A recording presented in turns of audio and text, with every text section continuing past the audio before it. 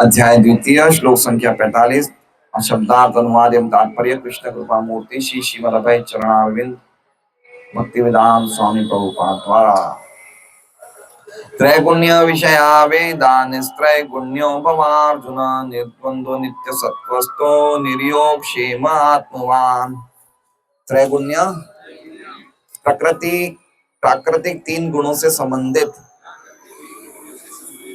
विषया विषयों में वेदाः वैदिक साहित्य निस्त्रय गुण्य प्रकृति के तीन गुणों से परे भव हो अर्जुन हे अर्जुन निर्द्वंद्व द्वैत भाव से मुक्त नित्य सत्वस्थ नित्य शुद्ध सत्व में स्थित निर्योग क्षेम लाभ तथा रक्षा के भावों से मुक्त आत्मवान आत्मा में स्थित। अनुवाद। वेदों में मुख्यतया प्रकृति के तीन गुणों का वर्णन हुआ है। हे अर्जुन, इन तीन गुणों से ऊपर उठो, समस्त द्वैतों और लाभ तथा सुरक्षा की सारी चिंताओं से मुक्त होकर आत्मपरायण बनो। ओम अज्ञानतिमिरान्धस्य ज्ञानाञ्जनशलाकया चक्षुरुन्मीलितं येन तस्मै श्रीगुरवे नमः। श्रीचैतन्यमनोभीष्टं स्थापितं येन भूतले स्वयं रूपकदा मह्यं ददाति स्वपदान्तिकम्। वन्देऽहं श्रीगुरोः श्रीयुतः पदकमलं श्रीगुरून् वैष्णवांश्च श्रीरूपं सहग्रजातं सहगणरघुनाथान्वितं तं सजीवं साद्वैतं सावधूतं परिजनसहितं कृष्णचैतन्यदेवं श्रीराधा कृष्णपादान् सहगणललिता श्रीविशाखान्वितांश्च।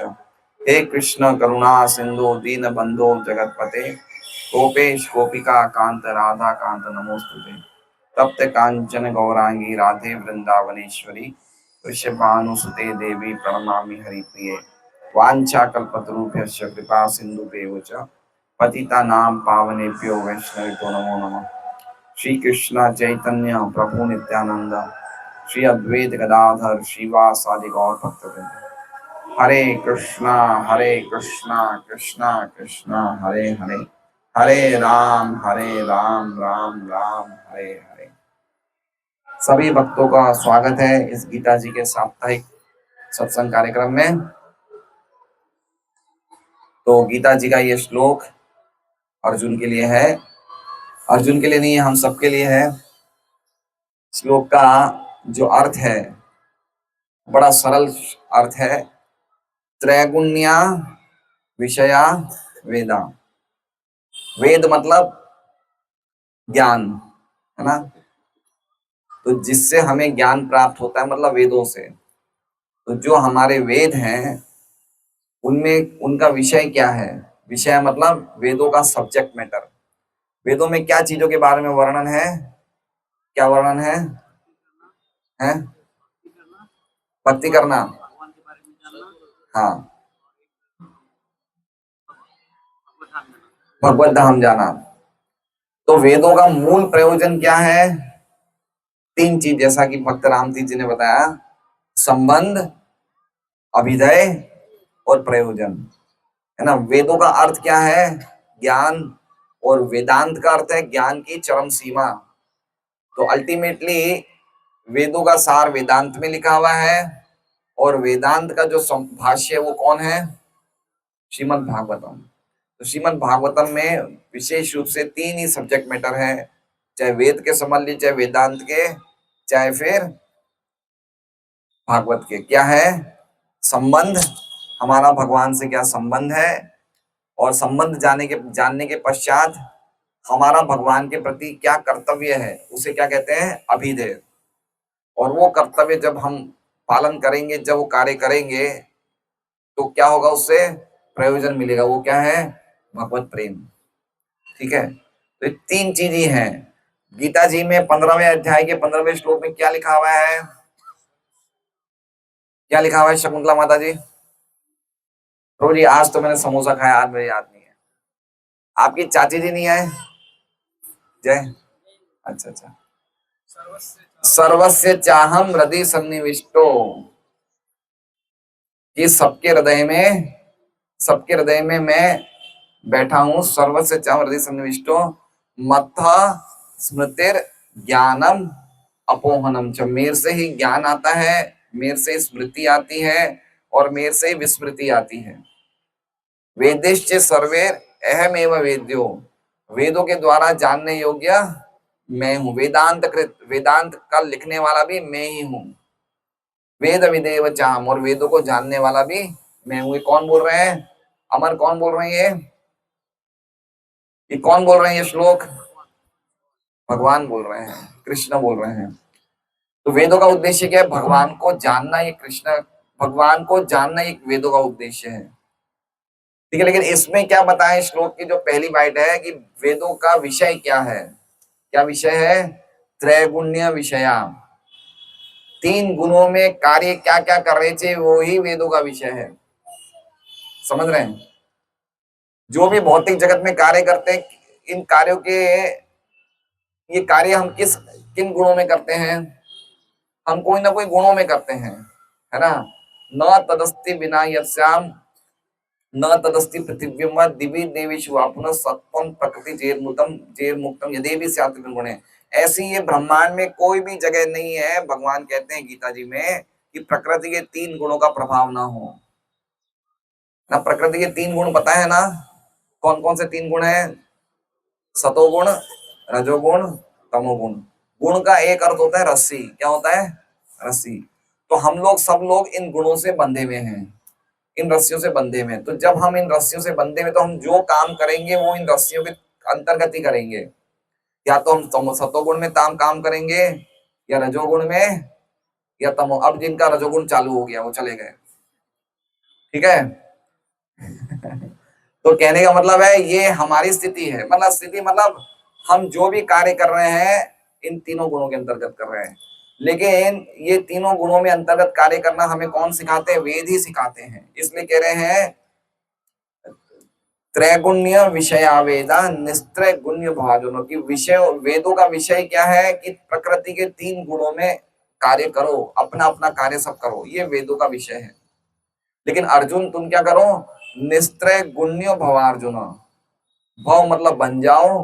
क्या बन जाओ? इन तीनों गुणों के ऊपर आ जाओ। ठीक है। लेकिन तीनों गुणों के ऊपर कब आया जाएगा? जब तीन गुणों में काम करेंगे तभी तो आया जाएगा।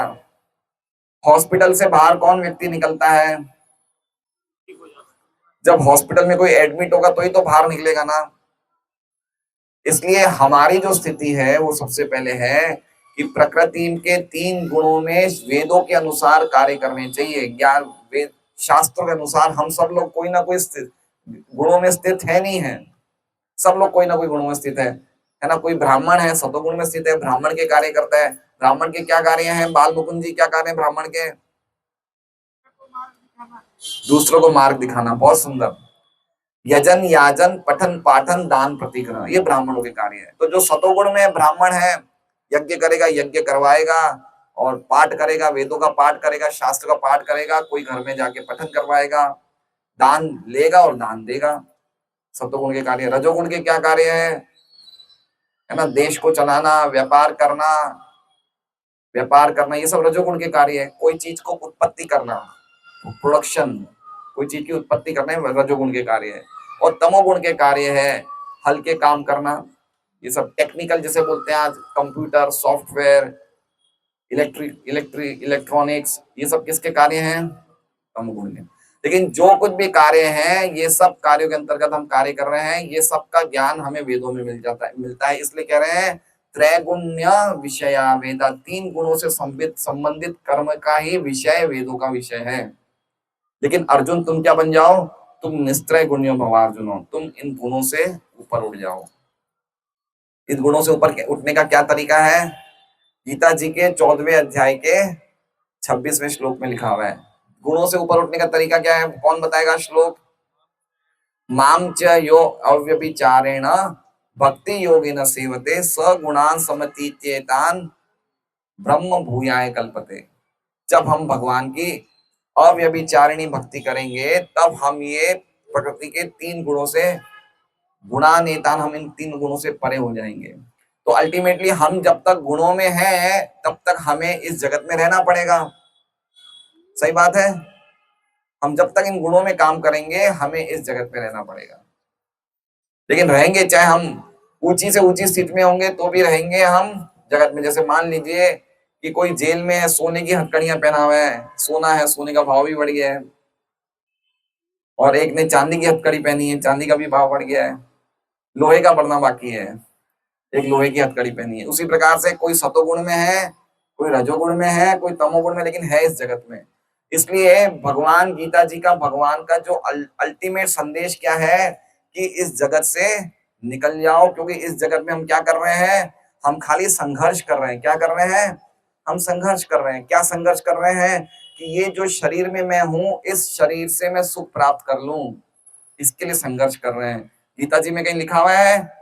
जी हाँ, लिखा हुआ है, ममे वांशो जीव लोके जीव भूत सनातन मन षष्ठानि इंद्रियाणि प्रकृति स्थानि कर्षति। कर्षति का मतलब संघर्ष करना, मन के साथ और बाकी 5 ज्ञान इंद्रियों के साथ, ये 6 इंद्रियों के साथ हम सब संघर्ष कर रहे हैं कि कैसे ना कैसे अपने अस्तित्व को बनाने के लिए हम लोग प्रयास कर रहे हैं। अस्तित्व को बनाने के लिए मतलब कैसे ना कैसे हम इस शरीर से सुख प्राप्त कर ले, जो संभव नहीं है, क्योंकि ये शरीर क्या है, शरीर व्याधि मंदिरम। ये शरीर कहाँ है, शरीर क्या है, ये दुखों का मंदिर है। ये शरीर क्या है, ये दुखों का मंदिर है। तो जो चीज में दुख है वहां से हमें सुख कैसे मिल सकता है? रतन सिंह जी भावना पार्क वाले समझ रहे हैं, समझ रहे हैं? ये शरीर हमें सुख दे रहा है, दुख दे रहा है? ये दुख दे रहा है ना? तो उससे कहाँ सुख मिलेगा? तो हम उसके लिए संघर्ष कर रहे हैं। तो जब तक हम इस तरह से संघर्ष करते रहेंगे तब तक हमारा ज्ञान, जो इसमें श्लोक में पहले वाला श्लोक था, भोगेश्वर्य प्रसक्ता नाम त्या अपरत चेतसाम व्यवसायत्मिका बुद्धि समाधो न विधीयते। जिसकी बुद्धि भोग और ऐश्वर्य में लगी है, उसकी चेतना नष्ट हो चुकी है, उसकी चेतना भगवान में नहीं लग सकती है। जो व्यक्ति भोग और इंद्रिय तृप्ति में लगा हुआ है, भौतिक जगत में कुछ शक्ति प्राप्त करने की इच्छा लगता है, उसकी बुद्धि भगवान में स्थित नहीं हो सकती। व्यवसायत्मिका बुद्धि समाधौ न विधीयते, उसका मन नहीं लग सकता है। इसलिए भगवान इस श्लोक में ये शिक्षा दे रहे हैं कि कैसे ना कैसे आप अपने कार्य करते हुए निष्काम भावना से जब आप कार्य करोगे, उसका फल आप नहीं चाहोगे। हम लोग अभी क्या है, हम लोग कर्म के फलों पे आश्रित हैं, है ना? हम क्यों कर्म करते हैं, किसके लिए कर्म कर रहे हैं हम? फल प्राप्त करने के लिए। तो जब तक हमारी फल प्राप्त करने की इच्छा बनी रहेगी तब तक हमारी बुद्धि जो है वो शुद्ध नहीं होगी। इसलिए गीता जी के 6ठे अध्याय में क्या श्लोक है पहला? अनाश्रित कर्म फलम कार्यम कर्म करोति। जो व्यक्ति कर्म के फलों का आश्रय नहीं लेता है, समझ रहे, कल के फल का आश्रय, हम वो कर्म करने में बड़े इंटरेस्टेड रहते हैं जिसमें हमें अच्छा फल दिखता है, और वो कर्म नहीं करते जिसमें हमें फल अच्छा नहीं दिखता। तो हम किस पे आश्रित है? फलों पे, है ना? हमें लगता है कि आज हमें सेवा नहीं करनी है, हमें कुछ मजा नहीं आ रहा है, आनंद नहीं आ रहा है, तो हम सेवा नहीं करते हैं। कभी कभी हम सेवा करते हैं, क्यों? क्योंकि हमें फल नहीं दिखता है अच्छा। तो इसलिए हम लोग फल पे आश्रित है। तो भगवान गीता जी में क्या कर रहे हैं कि कृपणा फल हेतव। जो व्यक्ति फल की कामना करता है वो कौन है? कौन है सर्वादी माता जी? वो कृपण है। कौन है? कृपणा फल हेतव। इसलिए हमें कैसे कार्य करना है? तो भगवान कह रहे हैं निस्त्रय गुण्यो भवार्जुनो, तुम कार्य करो लेकिन फलों पे आश्रित मत हो। तो कार्य किसके लिए हो जाएंगे? वो कार्य का फल जो आएगा उसको अपने लिए चाहना मत करो, ऐसे कार्य करो। तो उससे क्या होगी? उससे हमारी बुद्धि में भगवान टिकेंगे। व्यवसायत्मिका बुद्धि, उस बुद्धि में हमारा मन लगेगा। तो इसलिए भगवान कह रहे हैं इस श्लोक में निष्काम कर्म योग की हमें शिक्षा दे रहे हैं कि कर्म करो लेकिन फलों की इच्छा खाली भगवान के लिए करो, तो ही गुणों से ऊपर उठेंगे। नीलाकमल प्रभु थोड़े आगे आ जाइए।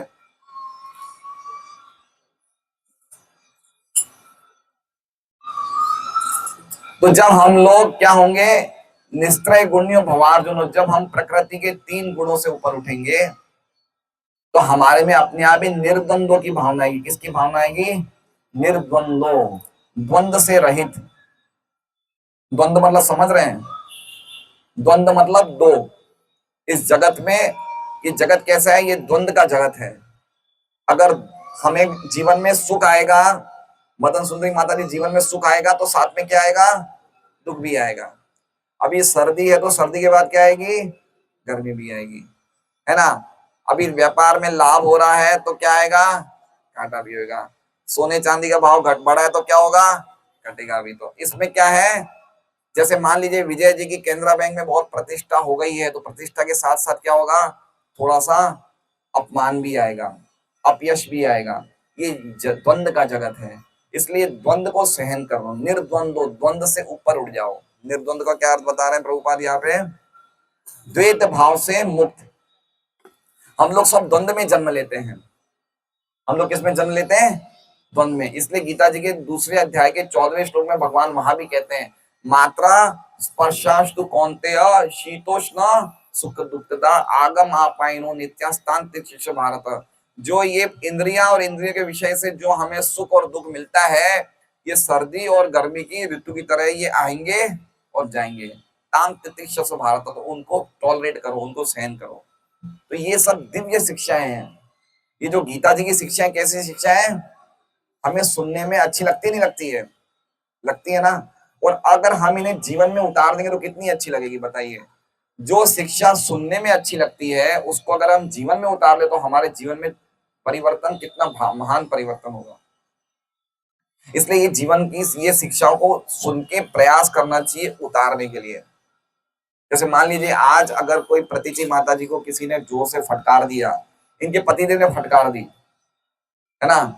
अब इनको बहुत गुस्सा आ रहा है कि मैं 2 बात अपने पति को सामने जवाब दे दूं। लेकिन इन्होंने क्या देखा? गीता जी में मैंने आज श्लोक पढ़ा है, अमानित्वम अदम्बित्वम, मैं अपने मान की कामना नहीं करूंगी, है ना। तो अपने आप ही इन्हें क्या चीज याद आएगी? गीता की शिक्षा का। तो अपने पति के सामने कोई भी जवाब। तो ये है शिक्षाओं को जीवन में उतारना। हम लोग क्या करते हैं? कहाँ से सुनते हैं? यहाँ से। और कहाँ से उतारते हैं? जीवन में नहीं उतारते, इस कान से उतार देते हैं। समझ रहे हैं? जिस दिन हम भगवान की, एक ही श्लोक काफी है भगवान का, ये गीता जी का, जो हमें जीवन से पार परम कल्याण कर सकता है। एक श्लोक काफी है अपने आप में। ये श्लोक क्या कोई सामान्य श्लोक है? कितना अद्भुत श्लोक है। निर्द्वंदो, है ना। निर्द्वंदो, द्वंद्व भाव से मुक्त, द्वैत भाव से। और जो कुछ भी इस जगत में आता है वो सब द्वंद्व के साथ आता है। कौन सा श्लोक है वो? एक गीता जी का 7वें अध्याय का श्लोक है। कौन है? द्वेष राग द्वेष, कौन सा श्लोक है वो? इच्छा द्वेष समुत्थेन, है। बहुत सुंदर। आपका नाम क्या भैया? किशन लाल जी, बहुत सुंदर। इच्छा द्वेष समुत्थेन द्वंद्व मोहेन भारत सर्वभूतानि सम्मोहन सर्गे यान्ति परन्तप। हम लोग कैसे आते हैं जगत में? इच्छा और द्वेष के साथ आते हैं। और ये कैसे उपजता है? द्वंद्व के द्वारा। द्वंद्व मोहेन भारत, है ना। सर्वभूतानि सम्मोहन सर्गे, सभी भूतानी यानी कि सभी लोग, हम लोग इसी सम्मोह से जन्म में लेते हैं, इसी अज्ञानता में जन्म लेते हैं और शरीर भी छोड़ देते हैं इसी अज्ञानता में। तो हमारा पूरा मनुष्य जीवन क्या हो गया? पूरा जीरो हो गया। जन्म मनुष्य जन्म पाइया, राधा कृष्ण ना भजिया, जानिया सुनिया विषय खाइया। नरोत्तम दास ठाकुर का भजन है ये भी। इसलिए गीता जी को, अगर भगवान को अगर हमें चाहना है, भगवान को मानो या भगवान की मानो, क्या करें बताइए? है भगवान की मानो। जैसे मैं अभी बोलता हूँ हमारे भक्तों, प्रभु जी आप बहुत अच्छे हैं, प्रभु जी आप कितना अच्छा बोलते हैं। अरे मैं बोल रहा हूँ भाई आप नगर संकीर्तन में आओ, ग्रंथ वितरण में, उस पे नहीं आएंगे, लेकिन क्या बोलेंगे? प्रभु जी आप बहुत अच्छे हैं। प्रभु जी को अच्छा बोलते, लेकिन प्रभु जी जो बोलते हैं उसको नहीं मानते हैं। सही बात है। तो इसलिए गीता जी की शिक्षा क्या है? जो शिक्षा भगवान दे रहे हैं उसको मानो। हम लोग मानते सबको हैं लेकिन मानते किसी की नहीं है। ये हमारा सबसे बड़ा दुर्भाग्य है। इसलिए हमें प्रयास करना चाहिए गीता जी की शिक्षाओं को अपने जीवन में उतारनी है। तो कह रहे हैं निर्द्वंदो, द्वंद्व द्वैत भाव से मुक्त हो, नित्य सत्वस्थो। नित्य सत्वस्थो मतलब आत्मा में स्थित हो जाओ। आत्मा में स्थित मतलब अपने आप को पहचानो कि मैं ये आत्मा हूं, मैं ये शरीर नहीं हूं, मैं शरीर से अलग हूं। अभी कोई कोई लोगों से हम पूछते तो क्या बोलते हैं, मेरा नाम संजय बाजारी है, संजय बजाज मेरा नाम क्या है, और ये मेरी आत्मा है। हम क्या बोलते हैं, मैं शरीर हूं और मेरी आत्मा। देखा, ये पहचान हम करते हैं ना, मैं कौन हूं, मैं अरविंद हूं और मेरी आत्मा कहाँ है, अंदर है। लेकिन मैं आत्मा हूं, ये शरीर मेरा है, ऐसा है। लेकिन हम क्या सोचते हैं, मैं शरीर हूं और मेरी आत्मा है। समझ रहे हैं डिफरेंस है ना। तो हम लोग क्या है, शरीर में स्थित हैं, और भगवान क्या कह रहे हैं, नित्य सत्वस्थो, आत्मा में स्थित हो। जब कोई व्यक्ति आत्मा में स्थित आत्मा में स्थित होता है ना, तो उसका जो सुख मिलता है ना, वो कैसा मिलता है, अनलिमिटेड सुख, ब्रह्म सौख्यम तो अनंतम। सुख कोई शरीर से नहीं मिलता है, सुख मन से नहीं मिलता है, बुद्धि से नहीं मिलता है, किससे मिलता है, आत्मा से मिलता है। वो कब होगा, जब नित्य सत्वस्थो, है ना। निर्योग क्षेम, देखिए कितनी कितनी सुंदर बातें लिख रहे हैं। आगे कह रहे हैं निर्योग क्षेम। निर्योग क्षेम मतलब कुछ प्राप्त करने की इच्छा और कुछ खो नहीं जाए उसको बचाए रखने की इच्छा, निर्योग क्षेम। लाभ तथा रक्षा के भावों से मुक्त। लाभ मतलब जो चीज है नहीं उसको पाना, उसे क्या कहते हैं, लाभ हो जाए। और रक्षा मतलब जो चीज है उसे रखे रखना, उसे क्या कहते हैं, रक्षा। तो जब हम इन दो भावों से मुक्त होंगे तो हमारा जीवन आनंद में बनेगा। समझ रहे हैं। भौतिक जगत में ना शोचति ना कांक्षति, व्यक्ति क्या करता है, कोई चीज जो उसके पास नहीं है उसकी कामना करता है। काश मेरे पास 1-2 किलो सोना होता, नहीं है, अब आ गया तो अब ये लग रहा है कब बेचूं मैं, इतने ऊंचे भाव हो गए। तो हमारा जीवन किसमें है, पूरा जगत, हमारे जगत में जितने भी लोग, इनका गेम क्या है, शोचति कांक्षति, शोक करना, कामना करना। तो भगवान क्या कह रहे हैं, निर्योग क्षेम, इस भावना से, लाभ तथा रक्षा की भावना से मुक्त हो जाओ। तो किसको निर्द्वंदो बनना है, हाथ खड़ा करें। अच्छा, किसको नहीं बनना है वो हाथ खड़ा करें। निर्द्वंद, द्वंद से ऊपर उठना है, किसको नहीं होना है, ऐसा है, मतलब सबको होना है। निर्योग क्षेम किसको होना है, लाभ और रक्षा की भावना से मुक्त, वो किसको बनना है,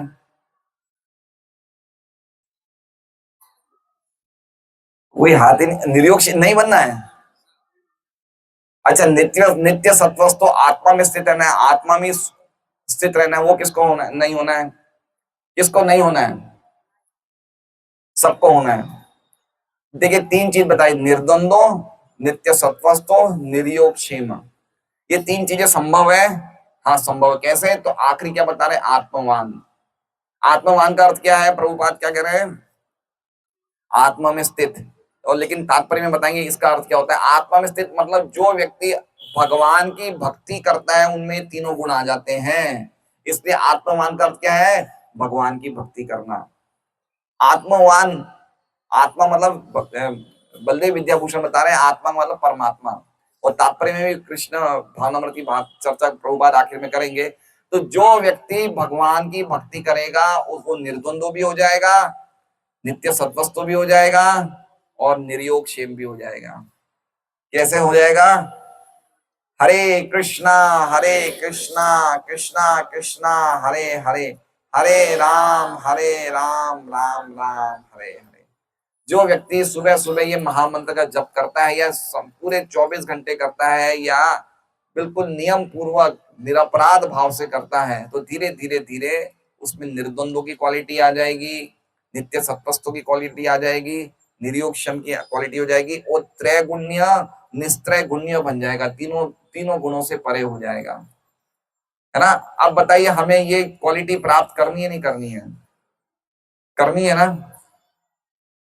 ये किसके लिए ये शिक्षा बताइए, निराधारा माता, ये शिक्षा किसके लिए, मनुष्यों के लिए, पशु के लिए, मनुष्यों के लिए ना। और जो मनुष्य ये नहीं कर सकता तो क्या है, वो पशु ही तो हुआ। इतनी सुंदर, कितना सुंदर श्लोक है ये श्लोक हम कितनी बार सुनते हैं, लेकिन अगर हम ध्यान से पढ़ेंगे इस श्लोक का बहुत गहरा अर्थ है इसका। तो इस श्लोक का अर्थ और ज्यादा गहराई में हम ये तात्पर्य पढ़ेंगे तब पता चलेगा। ठीक है, त्रैगुण्य विषया वेदा, इसका अर्थ क्या है पहले प्रभुपाद तात्पर्य में बता रहे हैं, तो आप लोग ध्यान से पढ़िएगा, ध्यान से सुनिएगा क्या मतलब है त्रैगुण्य विषया वेदा। तो सबसे पहले प्रभुपाद तात्पर्य कह रहे हैं, सारे भौतिक कार्यों में प्रकृति के 3 गुणों की क्रियाएं तथा प्रतिक्रियाएं निहित होती है, इसे कहते हैं त्रैगुण्य। सारे भौतिक कार्य कितने, प्रकृति के 3 गुणों की क्रिया तथा प्रतिक्रिया, मतलब जो भी हम काम करते हैं प्रकृति के 3 गुणों में होते हैं और उनकी प्रतिक्रिया भी मिलती है। प्रतिक्रिया मतलब समझ रहे हैं ना, फल मिलते हैं। कर्म के फल हमें छोड़ेंगे नहीं भैया। जैसे माँ को अपना बछड़ा, गौ माता को अपना बछड़ा कभी छोड़ता नहीं है, वैसे हमारे कर्म के फल हमारे पीछे पीछे चलते रहेंगे, है ना। तो प्रकृति के 3 गुण क्या है, ये क्या है, ये क्रियाएं करेंगे तो साथ में क्या मिलेगी, प्रतिक्रिया मिलेगी। तो फिर वेद हमें क्यों बता रहे हैं करने के लिए, बताइए। ये तो हम फंस रहे हैं, हम कुछ करेंगे तो उसकी प्रतिक्रिया मिलेगी, उस प्रतिक्रिया को प्राप्त करने के लिए हमें वापस जन्म लेना पड़ेगा, लेकिन जन्म तो लेना पड़ेगा ना। और वेद तो चाहते हैं हम भगवान के धाम जाएं, तो फिर क्यों ऐसा बोल रहे हैं, तो आगे बताएंगे। इनका उद्देश्य, इस प्रकार से काम करने का उद्देश्य कर्म फल होता है, ठीक है, जो भौतिक जगत में बंधन का कारण है। तो एक तरफ तो ये बता दिया कि वेदों का जो विषय क्या है, प्रकृति के 3 गुणों में काम करना। जब आप काम करोगे तो क्या निकलेगा, उसमें से फल निकलेगा, और वो फल क्या बांध देगा हमें कर्म में, जगत में कर्म बंधन में, ये बंधन का कारण है ये। फिर वेद क्यों बता रहे हैं, तो ये बता रहे हैं आगे, वेदों में मुख्यतया सकाम कर्मों का वर्णन है, ठीक है। तो वेदों का एक विभाग है जिसे कहते हैं कर्मकांड। क्या बोलते हैं, कर्मकांड। कर्मकांड का अर्थ क्या होता है कि भाई आपको स्वर्ग जाना है या अच्छा जीवन प्राप्त करना है तो आपको अवश्य करना चाहिए, लेकिन उसके लिए पुण्य करना चाहिए। तो ये जो कर्मकांड का विभाग है वो हमें क्या प्रेरित करता है कि आपको आगे अच्छा जीवन मिलेगा, स्वर्ग लोक की प्राप्ति होगी, लेकिन उसके लिए आप पहले क्या करें, पुण्य करें। तो लोगों की श्रद्धा वेदों में बैठाने के लिए कि लोग वेदों की बात माने, कि वेदों में लिखा हुआ है। जैसे मान लीजिए प्रतीचि माता जी ने अपने बेटे को कहा कि बेटा मैं तुझे चॉकलेट नहीं दूंगी, तो तू पहले ये दवाई ले। तो बेटा ने क्या बोला कि मैं दवाई नहीं लूंगा, मुझे पहले क्या चाहिए, चॉकलेट चाहिए। तो प्रतीचि माता जी समझदार है, डब्बू है, क्या है, डब्बू मत बोल देना, बाद में फटकारेगी आपको, ठीक है। अभी मान लीजिए शकुंतला माता जी, उनको एक बेटे ने पूछा मुझे चॉकलेट दो, अब इनको दवाई भी देनी, तो शकुंतला माता जी क्या करेगी, दवाई के ऊपर क्या लगा देगी, चॉकलेट लगा देगी, लो बेटा चॉकलेट खाओ। तो चॉकलेट खिलाने का उद्देश्य है, दवाई देने का उद्देश्य है, दवाई देने का, लेकिन कैसे खिलाया, चॉकलेट के द्वारा। तो ये ज्यादा समझदार है, प्रतीचि माता जी ज्यादा समझदार है। बोलना मत, कुछ मन ही मन सोचना, ज्यादा मत बोलना। ये समझदार है ना, क्योंकि इन्होंने दवाई भी दे दी और उसकी इच्छा भी पूरी हो गई, चॉकलेट भी दे दी। तो वेद क्या दे रहे हैं हमें, दवाई दे रहे हैं, लेकिन किसके अंदर, चॉकलेट के अंदर। ये है कर्मकांड। उनको, वेदों को हमें कहीं भोग दिलवाने का काम नहीं है, हमें स्वर्गलोक भेजने का काम नहीं है, लेकिन वो क्या चाहते हैं कि हम कुछ पुण्य कर लें। वो पुण्य करने से धीरे धीरे धीरे हमारी पुण्यों की वृद्धि होगी, और उस पुण्य में कुछ कुछ भक्ति के भी अंश होंगे, तो धीरे धीरे धीरे हम भक्ति प्राप्त कर लेंगे। तो वेदों का उद्देश्य तो ये है। लेकिन अगर सीधा हम बोले तो क्या होगा, कोई नहीं मानेगा। अब अगर हम आज खाली प्रोग्राम रखें, प्रसाद नहीं रखेंगे, तो कितने लोग आएंगे, ठंडन गोपाल। लेकिन हम क्या रखते हैं, प्रसाद, बेटा खूब प्रसाद खाओ फिर तुम्हें लाइन पे लाएंगे। समझ रहे हैं बात को, समझ रहे हैं। तो वेदों का ये उद्देश्य है कि आपको इतना सारा फल मिलेगा, आप नंदन वन गार्डन में अप्सराओं के साथ नाचेंगे, है ना, सोमरस पिएंगे, आप पुण्य करो। तो वेदों का उद्देश्य स्वर्गलोक भेजना नहीं है, क्या करना है, पुण्य करवाना है। इसलिए उनको कहा गया कर्मकांड। जब कोई व्यक्ति ऐसा करता है तो उसका वेदों में श्रद्धा बैठ जाती है। जैसे वो बच्चे ने शकुंतला माता जी की बात मानी, तो शकुंतला माता जी में उस बच्चे की श्रद्धा बैठ गई कि ये तो बहुत अच्छी लेडी है, मैं आगे से इनकी बात मानूंगा, प्रतीचि की नहीं मानूंगा, ये मुझे कुछ नहीं करती है। तो इस तरह से वेदों में श्रद्धा बैठाने के लिए वेद इस प्रकार का करते हैं, आदेश देते हैं। अब देखिए आगे क्या बता रहे हैं प्रभुपाद, ध्यान से पढ़िए। वेदों में मुख्यतया सकाम कर्मों का वर्णन है जिससे सामान्य जन क्रमशः इंद्रिय तृप्ति के क्षेत्र से उठकर आध्यात्मिक धरातल तक पहुंच सके। तो जो व्यक्ति सामान्य है वो व्यक्ति को क्या चाहिए? इंद्रिय तृप्ति। क्योंकि हम सब कैसे आए हैं? हम सब पशुओं से तो आए हैं। कोई कोई ऊंट था, कोई शेर था, कोई बाघ था, कोई सांप था। इन योनियों में हमने क्या किया है? क्या किया है? इंद्र तृप्ति करी है। तो मनुष्य जीवन प्राप्त किया, तो अब हम किसकी तरफ भाग रहे हैं? कहाँ है आहार, कहाँ है निद्रा, कहाँ है भय, कहाँ है मैथुन, हम उसकी तरफ भी भाग रहे हैं। तो वेद क्या करते हैं? इन्हीं चारों चीजों को धर्म के द्वारा चैनल कर देते हैं कि ये चारों चीजें करो, लेकिन किसके द्वारा करो? धर्म के द्वारा। तो जब धर्म के द्वारा करोगे तो आपका धीरे धीरे इनसे मन उब जाएगा। तो आप धीरे धीरे ऊंची बातों में ध्यान लगाओगे कि इस जगत में कहीं सुख नहीं है, ये जगत बहुत दुखमय है, मैं इतने सालों से कर रहा हूँ, क्या कर रहा हूँ, लेकिन मुझे कभी सुख नहीं मिला है। तो इसका मतलब आप बहुत भाग्यशाली है, वो व्यक्ति बहुत भाग्यशाली जिसने समझ लिया कि मुझे इस जगत में दुखी दुख मिल रहा है। ये बहुत बड़ा भाग्यशाली है व्यक्ति। बहुनाम जन्म नाम अंते, बहुत जन्मों के बाद किसी की बुद्धि जागृत होती है तो उसे पता चलता है कि मैं तो इस जगत में परेशान हो रहा हूँ, ये जगत दुखालय में है। तो जब कोई वेदों की बात मानता है ना धीरे धीरे धीरे, तो आखिर में उसे पता चल जाता है कि मुझे आध्यात्मिक शिक्षा प्राप्त करने के लिए आगे बढ़ना चाहिए। तब उसकी रुचि कर्मकांड से हट जाएगी। समझिए, अब फिर वो कर्मकांड नहीं लगेगा। अब उसे ऊंचा ज्ञान चाहिए, वो ऊंची तरफ बढ़ेगा। तो उसके लिए बता रहे हैं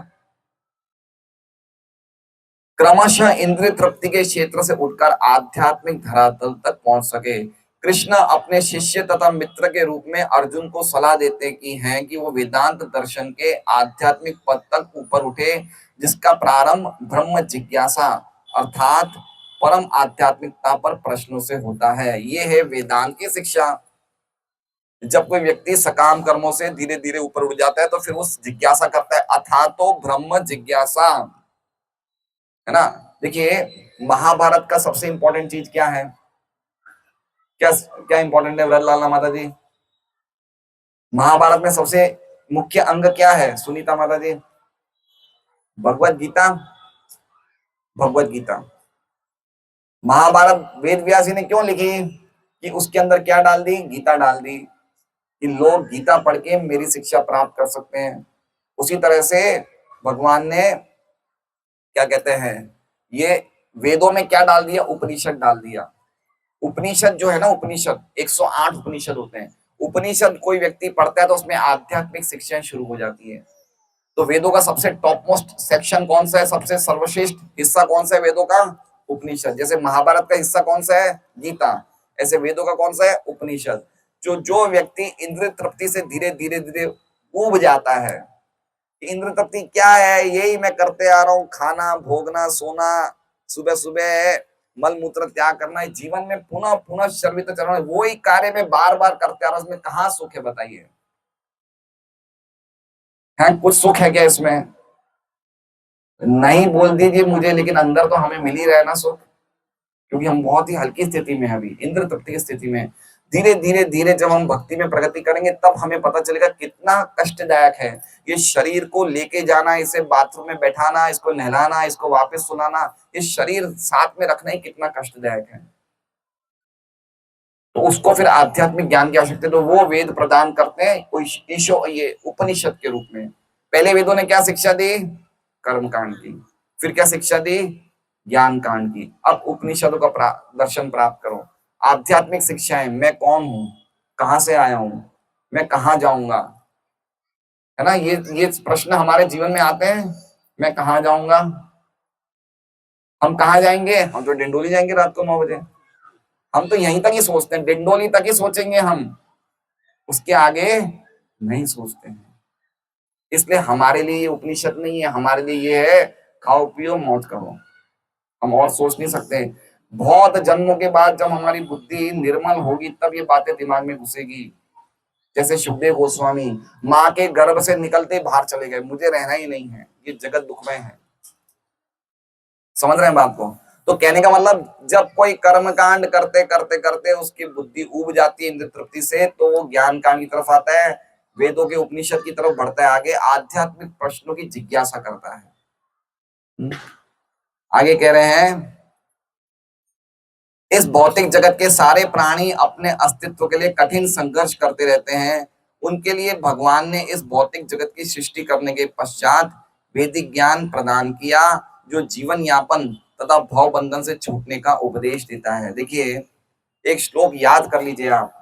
अगर आपने याद कर लिया तो अगले दिन, अगले संडे हम लोग बहुत अच्छी चीज भेंट में देंगे। वो श्लोक याद कर लीजिए। बोलिए मेरे पीछे, माया मोग्ध जीवेर नाही स्वतः कृष्ण ज्ञान, जीवेर कृपाय कैला कृष्ण वेद पुराण। इसका अर्थ क्या है कि हम लोग कौन है? सब माया मुक्त हैं। कौन है हम लोग? हम कृष्ण मुक्त नहीं हैं। हम किससे आकर्षित होते हैं? माया से।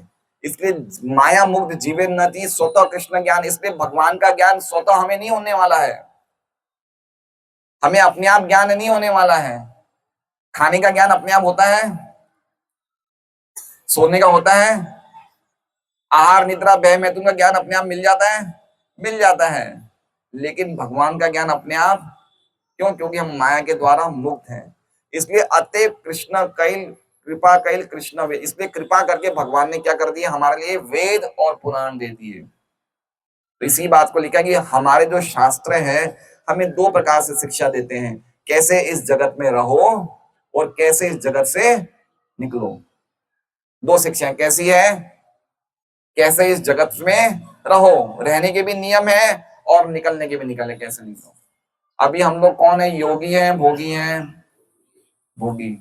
अभी हम शरीर छोड़ना चाहते हैं, शरीर छूट जाएगा, शरीर छूट जाएगा शरीर। लेकिन जब योगी बनेंगे तो हम क्या करेंगे? हम शरीर छोड़ना चाहेंगे। तो उसी प्रकार से शास्त्रों की शिक्षा क्या है? पहले आप खूब सुख भोग भोगना चाहते हो, भोगो, लेकिन हमारी बात मान के भोगो। बिना शास्त्र में जो कोई काम करता है कभी सुखी नहीं हो सकता है। गीता जी में लिखा हुआ है, यह शास्त्र विधि मुत्सज्जे वर्तते काम कारत न स सिद्धिम अवाप्नोति न सुखम न पराम गतिम। जो व्यक्ति गीता भागवत की बात नहीं मानता, उसके जीवन में कभी सुख, कभी सिद्धि, कभी परम गति हो ही नहीं सकती है। और गीता की सबसे परम संदेश क्या है? मन मना तो मत भक्तो, ये क्या लिखा है? आत्मवान सदैव मेरा ध्यान करो। ये गीता की परम शिक्षा है। तो जो व्यक्ति भगवान की चेतना में रहता है पूरे जीवन भर, वो गीता का सबसे प्रथम स्टूडेंट है। क्या है वो? गीता उसको शिक्षा नहीं भी है, लेकिन अगर जो व्यक्ति जानता है कि कृष्णा इतने महान है, वो मेरे स्वामी है। एक बार श्रीरंगम का मंदिर था दक्षिण भारत में। श्रीरंगम मंदिर देख सुना है आपने नाम? दुनिया का सबसे बड़ा विष्णु मंदिर। वहां पे एक अनपढ़ ब्राह्मण थे, वो रोज गीता जी का पाठ करते थे। चैतन्य महाप्रभु आज से 500 वर्ष पूर्व रोज उस मंदिर में जाते थे दर्शन करने। तो वो ब्राह्मण पढ़ते थे श्लोक, और श्लोक पढ़ के रोते थे। क्या करते थे?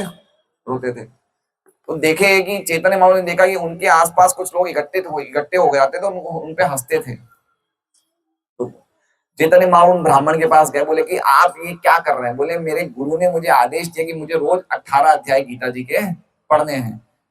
तो चैतन्य महाप्रभु ने बोला, लेकिन मुझे तो लग रहा है आपको पढ़ना नहीं आता। बोले मुझे पढ़ना नहीं आता, फिर भी गीता मुझे मेरे गुरु ने आदेश दिया है, तो मैं पढ़ रहा हूँ, जैसे भी कच्चा पक्का पढ़ रहा हूँ मैं। तो चैतन्य महाप्रभु ने क्या पूछा? क्या पूछा? वो बात तो ठीक है, लेकिन आप रो क्यों रहे हैं? आपको पढ़ना नहीं आ रहा है एक तो, लेकिन फिर भी आप रो रहे हैं। तो क्या बोले वो ब्राह्मण? क्या बोले कि मैं इसलिए रो रहा हूँ कि जैसे ही मैं गीता हाथ में लेता हूँ, मेरे हृदय में भगवान का वो चित्र प्रकट हो जाता है, जिसमें भगवान इतने श्याम सुंदर हाथ में लगाम लिए रथ पे बैठे हैं और अर्जुन को उनके कल्याण के लिए शिक्षा दे रहे हैं गीता की। तो मेरे हृदय में वो चित्र प्रकट हो जाता है। तो चित्र देख के, उनका स्मरण करके, भगवान का स्मरण करके, भगवान कितने दयालु हैं, अर्जुन का कल्याण कर रहे, वो स्मरण करके मैं रोने लग जाता हूँ। तो चैतन्य महाप्रभु ने सीधा उनके गले मिल गए, बोले आप ही सबसे बड़े स्टूडेंट है गीता के। आप समझ रहे हैं? तो गीता हमें पंडित्य बनने के लिए नहीं पढ़नी है, हमें भगवान का भक्त बनने के लिए गीता पढ़नी है। तो गीता की शिक्षा और शास्त्रों की शिक्षा भागवत की शिक्षा हम जीवन में अपनाएंगे तो हम सुखी हो जाएंगे। तो वही बात गीता जी में ये भगवान ये प्रभुपाद कह रहे हैं कि हमें भौतिक जगत की सृष्टि करने के पश्चात हमें भेज दिया भौतिक सृष्टि में, और हमारे साथ साथ क्या भेज दिए, शास्त्र भेज दिए कि आप जियो, जो भी करना है, भोगना है, जीना है, जो भी करना है, लेकिन इनके आदेश के अनुसार करो। तो हमें रोज पढ़ना चाहिए गीता जी। कौन कौन रोज पढ़ते हैं बताइए? बहुत सुंदर। तो आप नियमित पूर्वक ये भगवत गीता यथारूप है, इसमें बहुत सुंदर टीकाएं हैं, श्लोक है, अध्याय ऐसे पढ़ेंगे। एटलीस्ट कम से कम हम रोज 2 श्लोक पढ़े पूरे टीका तात्पर्य के साथ, तो साल में एक बार कम से कम एक गीता जी हो जाएगी हमारी। है, हमें नियमित रूप से गीता जी पढ़नी चाहिए। पढ़ेंगे नहीं तो शिक्षा कैसे पता चलेगी? शिक्षा पता नहीं चलेगी तो जीवन में कैसे उतारेंगे? तो पढ़ना जरूरी है नहीं है? कितना सुंदर श्लोक भगवान कह रहे हैं ये। जब इंद्र तृप्ति के कार्य यथा कर्म कांड समाप्त हो जाते तो उपनिषदों के रूप में भगवत साक्षात्कार का अवसर प्रदान किया जाता है। ये उपनिषद विभिन्न वेदों के अंश हैं। उसी प्रकार जैसे भगवत गीता पंचम वेद महाभारत का एक अंग है। महाभारत का अंग क्या है? गीता। और गीता को क्या कहा गया है सर्वाधि माता जी? पंचम वेद। जो 4 वेद है ना, उसके बाद पंचम वेद किसको कहा गया है? महाभारत को। और महाभारत का एक अंग क्या है? गीता। तो जिस प्रकार महाभारत में गीता है, वैसे ही वेदों में क्या है? उपनिषद है। तो उपनिषद आध्यात्मिक ज्ञान प्रदान करते हैं। उपनिषदों से आध्यात्मिक जीवन का शुभारंभ होता है ना। आध्यात्मिक जीवन मतलब आत्मा का ज्ञान। वेदों में कर्म कांड का ज्ञान है। शरीर, व्यक्ति अपने आप को शरीर समझता है तो भाई शरीर को खूब सुख भोग दो, लेकिन उपनिषदों में क्या है? तुम शरीर नहीं हो, अहम ब्रह्मास्मि, मैं आत्मा हूं, मैं शरीर से अलग हूं, है ना। तो ये सब सिस्टम है। अभी हम लोग कांच के सामने 10 मिनट तक मेकअप करेंगे तो कहां से हम आत्मा बनेंगे बताइए? टचक मटक यहाँ पैंट। 50-55 साल का व्यक्ति भी जेब में कंघा रखता है। बोलो क्या जरूरत है उसे कंघा रखने की? 55 साल का व्यक्ति बुढ़ापे की तर्ज पे आके जेब में क्या रख रहा है? कंघा रख रहा है। कहाँ चौर रखता है? अरे भाई अब 55 साल के हो गए, अब हम खुद ही तुले में शरीर बनाने में, तो कहां से ये सोचेंगे कि हम आत्मा है? और हमारे भक्तों की स्थिति है, भक्तों की स्थिति। अब सामने वाले व्यक्ति की क्या बात करें बताइए? समझ रहे हैं? तो इसलिए उपनिषद का ज्ञान क्या है? मैं शरीर नहीं हूं, मैं आत्मा हूं। कर्मकांड का ज्ञान क्या है? तुम शरीर हो, तुम भोगो। है सब वेद का ही हिस्सा है। धीरे धीरे हमें एजुकेट करने के लिए, जैसे 5 - 2 क्या होता है हमारा? 5 - 2, अरे भैया 3 होता है ना, तो बोलते क्यों नहीं हो? 5 - 2 क्या होता है? 3। 2 - 5, 2 - 5 भी होता है -3। एल्जीब्रा में हमने सब पढ़ा हुआ है। लेकिन जब बच्चे छोटे होते तो क्या पढ़ाया जाता है? 5 - 2। लेकिन जब हम 9वीं 10वीं में आएंगे तो 2 - 5 ही पढ़ाया जाएगा। उसी प्रकार जब हम शुरू शुरू में आते हैं तो हमें कर्म कांड का ज्ञान दिया जाता है, लेकिन धीरे धीरे प्रगति करते हैं हमें उपनिषदों का भी ज्ञान दिया जाएगा कि तुम शरीर नहीं हो, तुम आत्मा हो, तुम भगवान के अंश हो। वहां से हमारी आध्यात्मिक शिक्षा का शुभारंभ होता है। तो मेरा निवेदन है, पर्टिकुलरली पुरुषगण कृपा करके अपने जेब में कंगा वंगा कांच वांच रखना बंद कर दीजिए। सुबह एक बार नहा धो के बाल बना लीजिए, रात को स्नान करो, फिर एक बार और बाल कर लीजिए, और कृपा करके काले बाल मत करिए। पुरुषों के लिए शिक्षा है, माताओं की तरफ मैं नहीं देख रहा हूँ। एटलीस्ट पुरुष तो ये बात मान ले। अरे भगवान ने सफेद बाल दिए तो सफेद भी अच्छे हैं, खराब थोड़ी है। ये देखिए इनके सब सफेद ही हैं बाल, अच्छे लगते हैं सफेद बाल भी। स्वीकार करना चाहिए ना, उसे काले करने से क्या फायदा? कितना टाइम लगता है बाल काले कराने में? कौन कराता है? मुझे नहीं पता कितना टाइम लगता है। 10 है, 1 घंटे में 8 माला हो जाती है, बताइए। तो ये समझना चाहिए सब बातें। अब चले गए वो दिन, अब वो सब मोटरसाइकिल में घूम के बाल बाल बढ़ेंगे। 50-55 साल के हो गए। अब हमें उपनिषदों में प्रारंभ करना चाहिए। अहम ब्रह्मास्मि, मैं ये शरीर नहीं हूं, मैं आत्मा हूं, उस ज्ञान में आगे बढ़ना चाहिए। जब तक भौतिक शरीर का अस्तित्व है तब भौतिक गुणों की क्रियाएं प्रतिक्रियाएं होती रहती है। मनुष्य को चाहिए कि सुख दुख या शीत ग्रीष्म जैसी द्वैतताओं को सहन करना सीखे। निर्द्वंद्व की अर्थ बता रहे हैं। क्या चाहिए? सुख और दुख आएंगे, घबराइए मत, आएंगे, है ना। सुख भी आएंगे, दुख भी आएंगे। ये सब हमारे कर्मों की पोटली के फल हैं, ये मिलेंगे हमें। जितने दुख मिले उतने अच्छे हैं। दुख से हम बहुत जल्दी शुद्ध होंगे। जिसके जीवन में सुख ही सुख आते हैं ना, वो भक्ति के लिए अच्छा नहीं है। जितने दुख आएंगे ना, वो जीवन हमारी भक्ति के लिए बहुत अच्छा है। जैसे सोने को तपाएंगे तो क्या होगा, सोना और शुद्ध होगा। तो जो व्यक्ति के जीवन में ज्यादा दुख आते हैं ना, वो भक्ति में और जल्दी प्रगति करते हैं। पांडवों के जीवन में देखिए, देखा आपने, कुंती महारानी क्या कहती है, मुझे आप दुखी दुख दीजिए, है ना। कोई व्यक्ति भगवान से प्रार्थना करता है कि मुझे दुख दीजिए, कुंती महारानी प्रार्थना करती है। इसलिए कह रहे हैं सुख और दुख दोनों को सहन करिए, करते रहिए, आएंगे जाएंगे आएंगे जाएंगे, सर्दी गर्मी की तरह आएंगे जाएंगे, ऐसे निर्द्वंद बनेंगे। तो निर्द्वंद की बात बता रहे हैं, आगे कह रहे हैं और इस प्रकार हानि तथा लाभ की चिंता से मुक्त हो जाए। इसका मतलब क्या है, निर्योग क्षेमम। क्या बता रहे हैं, हानि तथा लाभ की चिंताओं से मुक्त हो जाए। बहुत बहुत हाई बात है ये। आज देखिए हम लोग घर में क्या लगते हैं, दुकान में क्या रखते हैं, नींबू मिर्ची लटकाते हैं ना, नींबू में कोई लोग घोड़े की नाल लटकाते हैं, है ना, शुभ लाभ लिखते हैं। क्यों, हर एक व्यक्ति को शुभ चाहिए, हानि नहीं चाहिए। लेकिन आप जब भक्ति में आएंगे ना, आपको शुभ लाभ दोनों में कोई फर्क लगेगा नहीं आपको, है ना। भगवान के गीता, नारायण परा सर्वे न कुतश्चन विद्यते स्वर्ग अपवर्ग नरकेषु अपि तुल्यदर्शिनः। जो भगवान नारायण के परायण भक्त हैं, उनको स्वर्ग अपवर्ग नरक सब एक समान लगता है, अपि तुल्यार्थ उनका दर्शन ही अलग हो जाता है। तो ये सब दिव्य चीजें हैं, अल्टीमेट है ये चीजें हमें समझना चाहिए। हम लोग लाभ लाभ लाभ, अरे क्या लाभ है, बैठ के सुबह सुबह पहले बैठ के मल मूत्र त्याग करते हैं, शरीर में क्या है बताइए, क्या लाभ मिलेगा हमें। तो निर्योग क्षेम का बता रहे, लाभ तथा हानि की चिंता से मुक्त हो जाएं। अब देखिए कैसे होते हैं। आत्मवान का अर्थ क्या बताया, सबसे आखिरी शब्द क्या है इसमें, आत्मवान। आत्मवान का अर्थ क्या बता रहे हैं, आखिरी लाइन में प्रभुपाद लिख रहे हैं, जब मनुष्य कृष्णा की इच्छा पे पूर्णतः आश्रित रहता है तो दिव्य अवस्था प्राप्त होती है। इसका मतलब आत्मवान बनता है। किसकी इच्छा पे आश्रित होता है, कृष्ण की इच्छा पे। जैसे कृष्ण चाहेंगे मैं वैसा ही करूंगा।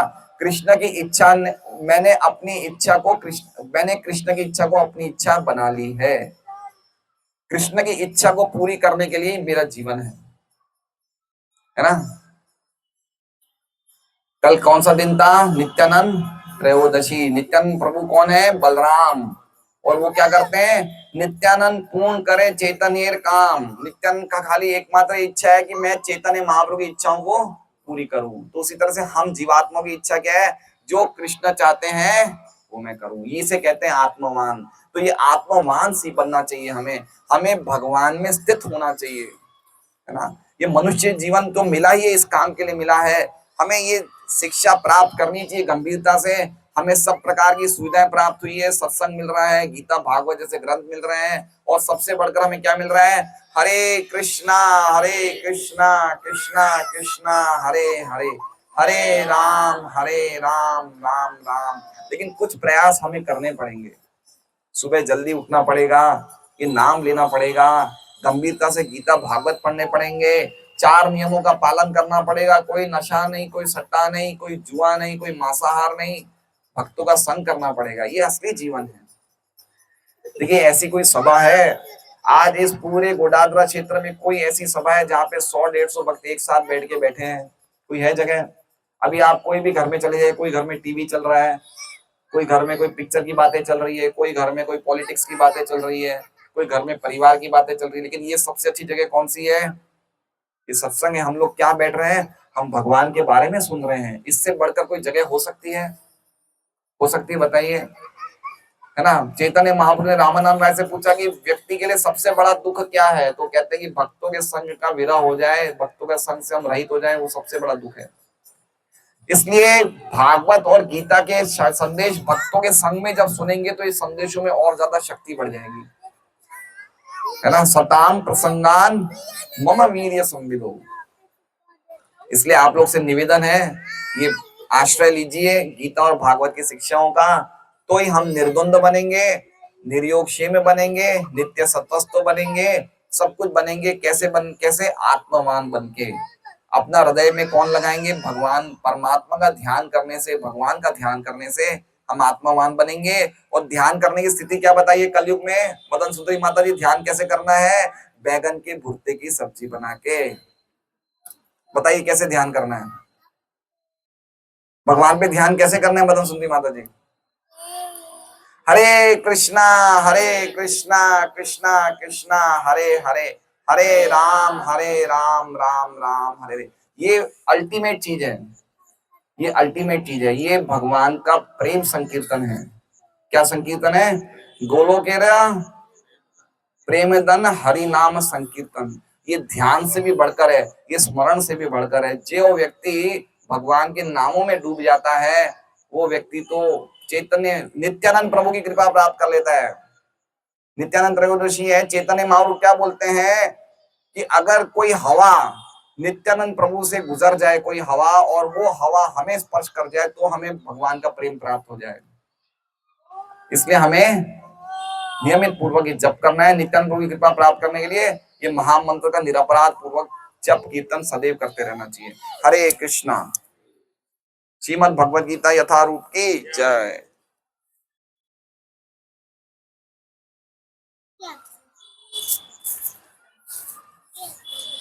हम लोग ऐसे गीता जी की तरह भागवत पे भी कक्षा रखते हैं हर रोज सुबह, सोमवार से शनिवार। जो भक्तों को नहीं पता है उनको हम बता दें, हर रोज जैसे संडे हमारी गीता जी पे क्लास रहती है शाम को 6 से 7, वैसे ही सोमवार से शनिवार भागवत जी पे क्लास रहती है सुबह 7:45 से 8:45। तो अगर आप लोग आना चाहिए, प्रसाद पूरा प्रसाद रहता है 52 नंबर गोपाल नगर में, तो आप लोग अवश्य आइए। जो लोग नहीं आते हैं, गीता जी में तो आनंद मिलता ही मिलता है, लेकिन इससे बहुत बढ़कर आनंद भागवत की शिक्षाओं में मिलता है। दोनों एक ही, अंतर नहीं है, लेकिन एक स्कूल की शिक्षा है, कॉलेज की शिक्षा है, तो इसलिए हमें उसमें भी भागवत की कक्षाएं भी अटेंड करनी चाहिए। तो आप लोग से निवेदन है, काफी भक्त हैं जो नहीं आते भागवत की क्लास में। 7:45 से 8:45 मेरे हिसाब से हजूर प्रभु इस समय में तो कोई का काम नहीं होता होगा, है परफेक्ट टाइम है। तो आप लोग से निवेदन है, कल आइए, कल हम लोग बताएंगे भागवत की क्लास में कि पेट के रोगों से हम कैसे मुक्त हों। किसके रोगों से? पेट के रोगों से। तो मेरा निवेदन है आप सब लोग आइए, कल एक बहुत ही अद्भुत क्लास रहेगी 52 नंबर गोपाल नगर, सुबह 7:45 बजे। हरे कृष्णा।